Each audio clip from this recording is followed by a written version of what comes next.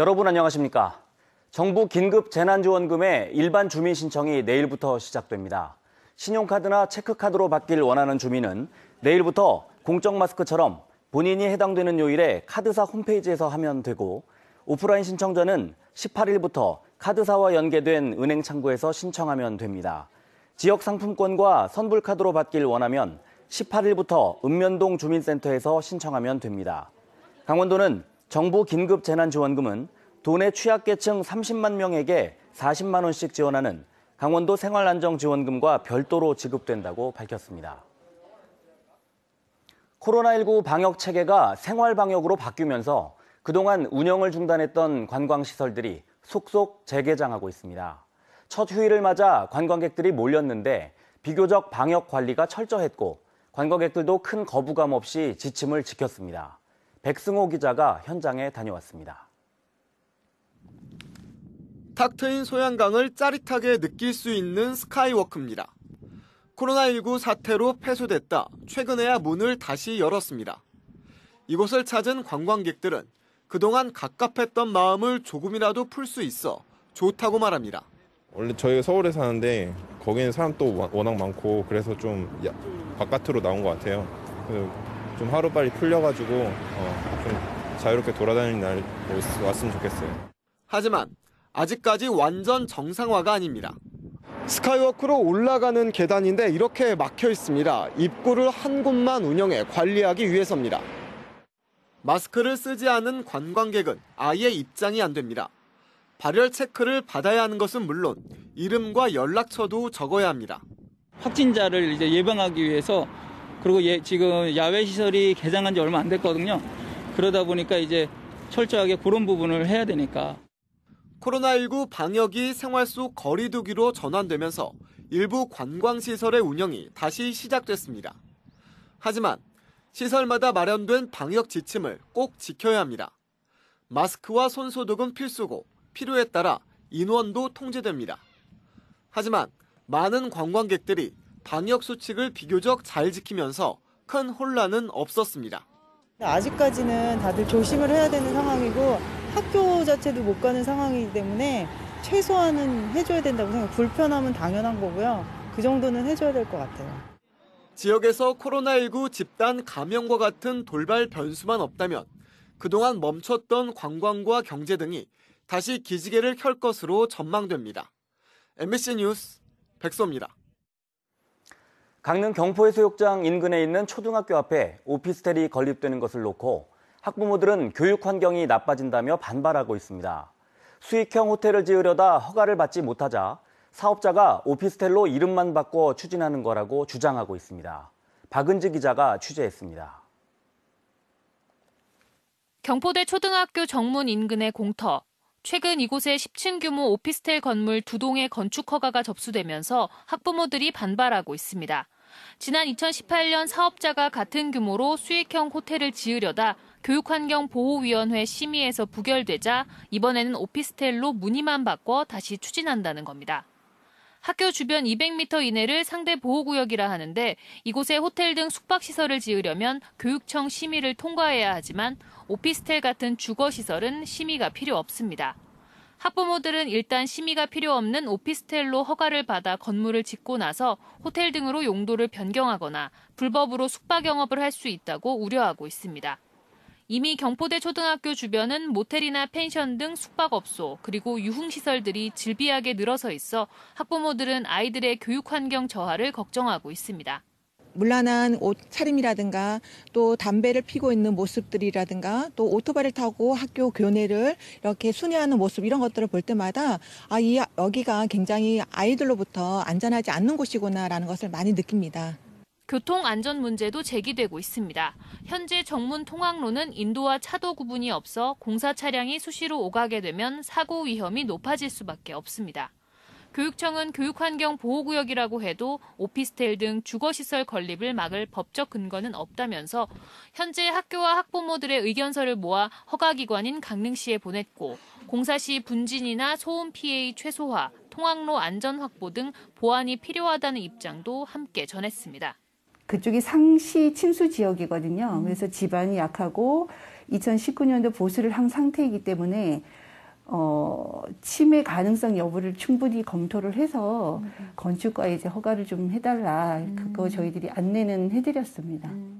경포 도립공원 해제 이후 각종 개발 수요가 늘어나는 가운데 아이들의 학습권이나 건강권 침해 우려가 높아지고 있어 장기적으로는 경포대 초등학교를 이전해야 한다는 의견도 나오고 있습니다. MBC 뉴스 박은지입니다. 영월의 한 농촌 마을에서 농수로 옹벽이 너무 높아 주민들이 불편을 겪고 있습니다. 여기에 농수로가 막혀 농민들이 농사에 수돗물을 끌어다 쓰는 황당한 일까지 빚어지고 있습니다. 문제의 농수로 관리는 농어촌 공사가 담당하고 있습니다. 황구선 기자입니다. 봄 농사가 한창인 농촌 마을, 작물에 집중적으로 물을 댈 시기지만 농민들 고민은 깊어지고 있습니다. 유일한 급수원인 농수로가 막혔기 때문입니다. 비가 내린 직후 모처럼 농민들은 농수로의 물이 잘 흐르길 기대했지만 그러지 못하고 이렇게 고여 있습니다. 자풀과 플라스틱, 스티로폼 등 쓰레기들이 50m에 걸쳐 농수로를 막고 있습니다. 사람의 힘으론 뽑히지 않아 장비가 필요한 실정. 관리 주체인 농어촌 공사는 민원을 제기해도 묵묵부답입니다. 장비를 갖다가 파내야 될 일인데 어지간하면 저희가 쳐내고 하는데 쳐낼 정도가 아니라 농어촌 공사도 계속 연락하죠. 연락도 안 하고 연락도 안 오고. 봄 가뭄까지 겹치자 답답한 마음에 수돗물을 끌어와 농사를 짓고 있습니다. 물이 안 내려와서 경기로 퍼가지고 물 저기 고쳐 심고 그래 이제 수로원이 그 물 감독이 그전엔 자주 댕겼는데 지금 누군지 알지는 못해. 농수로 감시원들이 현장을 돌며 물의 양과 흐름을 주기적으로 점검해야 하지만 제대로 되고 있지 않은 겁니다. 2명 정도가 있는데 전체를 다 세밀하게 못하기 때문에 그런 민원이 들어오면 그 현장 확인해서 조치를 취해주고 하거든요. 농어촌 공사는 급히 농수로 감시원을 보내 현장 상황을 확인하도록 했습니다. 이곳은 지난해에도 어른 키만한 높이의 농수로가 세워져 농민들의 반발을 샀습니다. 공사 직전 문화재 조사를 하지 않아 문화재청에 고발까지 당하면서 1년 동안 공사가 지연돼 주민들은 농사와 통행에 큰 불편을 겪기도 했습니다. 농민들 사이에서 농어촌 공사가 농사를 돕는 건지 방해하는 건지 모르겠다는 푸념이 나오고 있습니다. MBC 뉴스 황구선입니다. 이태원 클럽을 다녀온 속초의 직장인이 코로나19 검체 검진에서 음성 판정을 받았습니다. 속초시에 따르면 33살 직장인이 어제 속초시 보건소에서 검체를 채취하고 바이러스 검사를 한 결과 음성 판정이 나왔습니다. 이 남성은 지난 2일 새벽 1시부터 3시간 동안 이태원 클럽 3곳을 다녀왔고 이태원 확진자와 일부 동선이 겹치는 것으로 조사됐습니다. 속초시는 이 남성에 대해 오는 16일까지 자가 격리토록 했습니다. 오늘 오후 1시 45분쯤 원주시 호저면의 한 톱밥 공장에서 불이 나 3시간여 만에 모두 꺼졌습니다.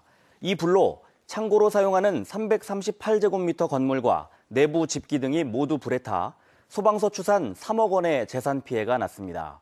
경찰과 소방당국은 전기적 요인으로 불이 시작된 것으로 보고 정확한 화재 원인을 조사하고 있습니다. 춘천 레고랜드 필수 시설인 주차장 개발 사업이 차질을 빚게 됐습니다.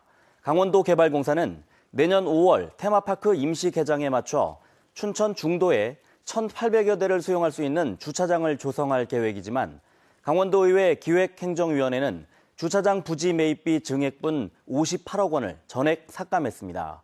강원도의 레고랜드 추가 예산 투입에 제동이 걸리자 이미 주차장 개발 사업을 진행하고 있는 강원도 개발공사는 내일 긴급 회의를 열고 대책을 강구하겠다고 밝혔습니다. 고성 송지호 오토캠핑장이 오는 15일 개장합니다. 고성군은 오는 15일부터 10월 31일까지 송지호 오토캠핑장을 운영하기로 하고 내일 오전 10시부터 군 홈페이지를 통해 예약을 받습니다. 지난 2007년 문을 연 송지호 오토캠핑장은 90곳의 야영 데크와 10동의 통나무집으로 구성돼 많은 캠핑객들이 찾고 있습니다. 원주지방환경청이 횡성호 등 관내 주요 호수에서 녹조가 발생할 것에 대비해 사전 대응에 나섭니다.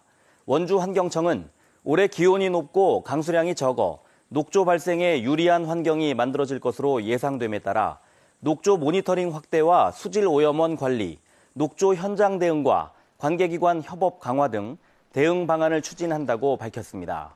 특히 드론을 활용해 모니터링 범위를 넓히고 오염 배출 사업장 관리와 하천 오염 순찰도 강화할 방침입니다.